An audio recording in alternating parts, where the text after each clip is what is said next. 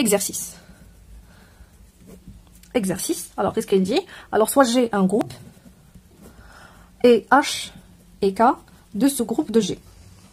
Alors, la première question, montrer que HK, produit de deux sous-groupes, est un sous-groupe de G, si et seulement si HK égale à KH, c'est-à-dire tous les éléments de H.K s'écrivent sous la forme K.H, une sorte de commutativité entre les éléments de H et K. Deuxièmement, H, si H est distingué avec G, montrant que HK est un sous-groupe de G. Est un sous-groupe de G. Est-il distingué dans G? Alors, G c'est un groupe, H et K ce sont deux sous-groupes de G. Montrons que H.K, le produit de H.K de deux sous-groupes d'un sous-groupe de G, c'est seulement si HK égale à KH. Et la deuxième question, on suppose que H est distingué avec G, montrons que HK est un sous-groupe de G. Est-il distingué aussi dans G? Alors, je vous laisse réfléchir un petit peu, après je vais corriger. Alors, réponse.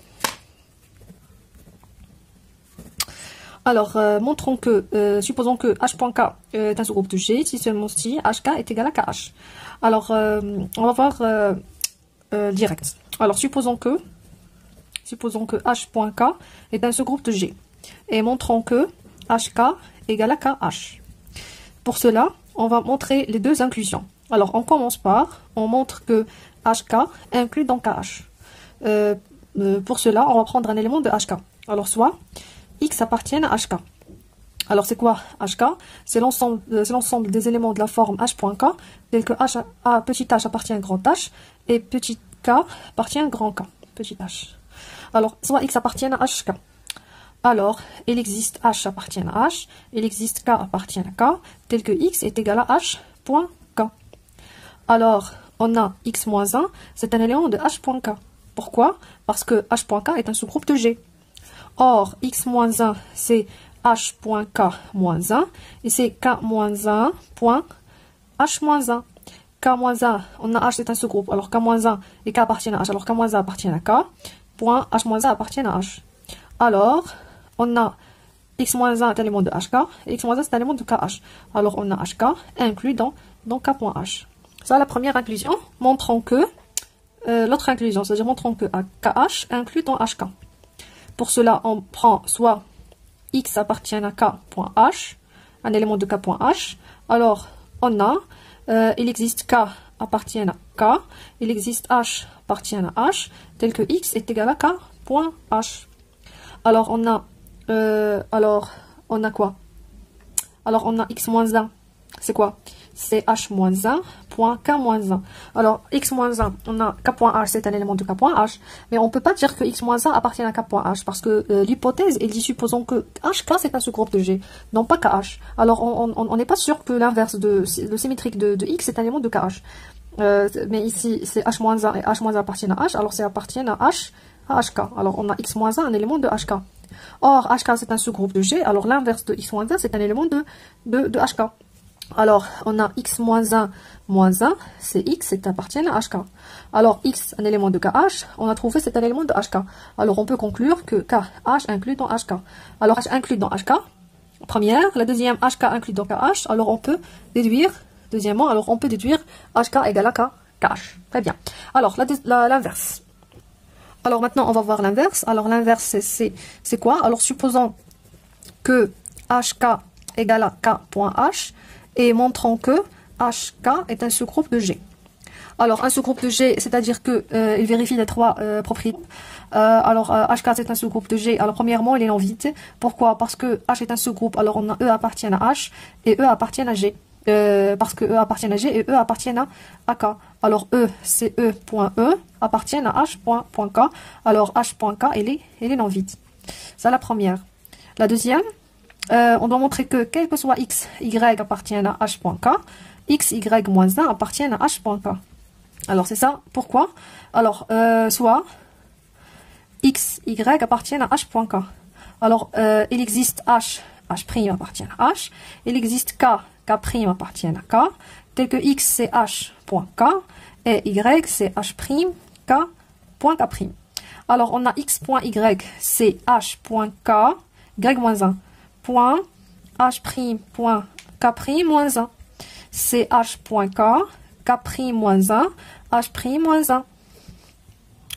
D'après l'associativité, alors c'est h point k point k' moins 1, h' moins 1. Mais ici, on a celui-là, on doit montrer que ça appartient à, est-ce qu'il appartient à h, hk? Alors c'est ça la question. Alors qu'est-ce qu'on va faire? Or, on a k, on va prendre cet élément, k point k' moins 1 point h' moins 1. Alors on a k point k'. Alors k c'est un élément de k, k' moins 1 c'est un élément de k. Alors ça appartient à k parce que k est un sous-groupe. Et on a h' moins 1, h' appartient à h. Alors h' moins 1 appartient à h. Alors ça appartient à k point h. Or k point h c'est h point k. Alors il existe h seconde et k seconde. H seconde appartient à h croix k, tel que k point k' moins 1 point h' moins 1, c'est égal, puisque appartient à k, alors égal à h seconde, k seconde. Alors ça, on peut l'écrire sous la forme h point h seconde point k seconde. H seconde appartient à h, alors ça appartient à h, ça appartient à k, alors appartient à h point k. Alors c'est vrai, alors c'est un sous-groupe de G. Très bien. Alors maintenant, on va voir la deuxième question. Supposons que h est distingué avec g. C'est-à-dire que quel que soit x appartient à g, on a x moins 1 hx inclus ou bien égal à h. C'est la même chose. Alors, qu'est-ce qu'on veut montrer? Montrons que h.k est un sous-groupe de g. C'est ce qu'on veut montrer. C'est pour ça, d'après la première question, il suffit de montrer que... Alors, il suffit de montrer que hk égale à kh. Si on a montré ça, c'est automatiquement, on va montrer que c'est un sous-groupe de g. Alors, qu'est-ce qu'on va faire? Alors, on a h, on a deux méthodes. Alors, première méthode. On a h est distingué avec g. Alors, on a x, h, x moins 1 égale à h. Quel que soit x appartient à g. C'est-à-dire que xh égale à hx, quel que soit x appartient à g. Or, k inclus dans g. Alors, cette propriété est vraie pour les éléments de k. Alors, on a k, h égale à h, k, quel que soit k, appartient à grand K. Alors, on a la réunion pour k appartient à grand K des k. H égale à la réunion des h, k, pour k appartient à grand K. Alors, on a k, on a la réunion des singletons k pour k appartient à grand K, c'est k. Alors, c'est kh égale à hk, d'où h.k est un sous-groupe de G. Alors, ça, c'est la première méthode. La deuxième méthode, c'est quoi? Alors, deuxième méthode. Alors, on suppose que H est un sous-groupe distingué avec G. Et montrons que HK égale à KH. Alors, on va prendre un élément de HK. Alors, soit X appartient à HK. On va montrer la première inclusion.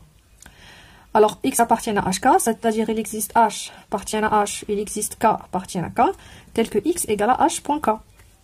Or, H il est distingué avec G, c'est-à-dire que X, H, X moins 1 égale à H. Pour K, on a X, c'est un élément de G. Alors, on a K moins 1, parce que K, c'est un élément de G. Alors, on a, parce que c'est un élément de K. Alors, on a K moins 1, H, K, égale à, appartient à grand H. C'est-à-dire, il existe H' appartient à H, tel que K moins 1, point H, point K, égale à H'.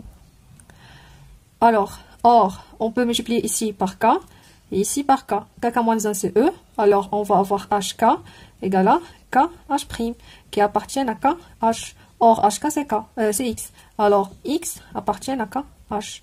Alors, X, un élément de HK, devient un élément de KH. Alors, on peut conclure que HK inclut dans KH. De la même manière, on prend un élément de KH, on montre que c'est un élément de HK.